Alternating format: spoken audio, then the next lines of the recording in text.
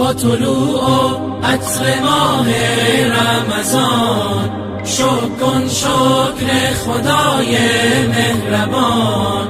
ماه تسکین دل است ماه صیام، گر ز دل باشد تراویح و قیام. ماه مهمانیست مهمان خدا، شده ای دعوت به مهمانی بیا. بنشین بر سفره خانه خدا، نوش جان کن از مناجات و دعا. با طلوع عطر ماه رمضان شکر کن شکر خدای مهربان.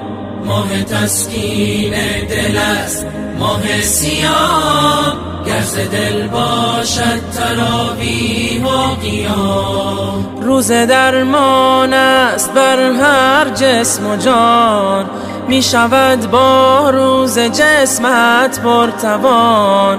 هم شود با روز صبر تو زیاد، چون بیاری مستمندان را بیار. با طلوع عطر ماه رمضان شکر کن شکر خدای مهربان.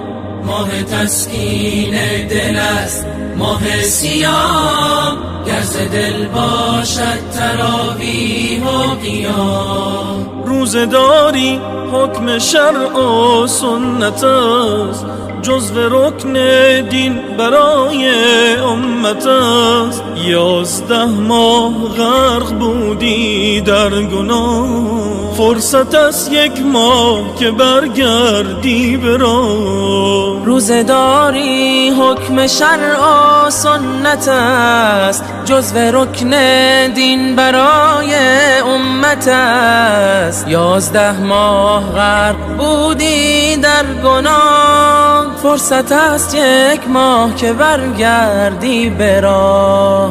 با طلوع عطر ماه رمضان شکر کن شکر خدای مهربان. ماه تسکین دل است ماه صیام، گر ز دل باشد تراویح و قیام.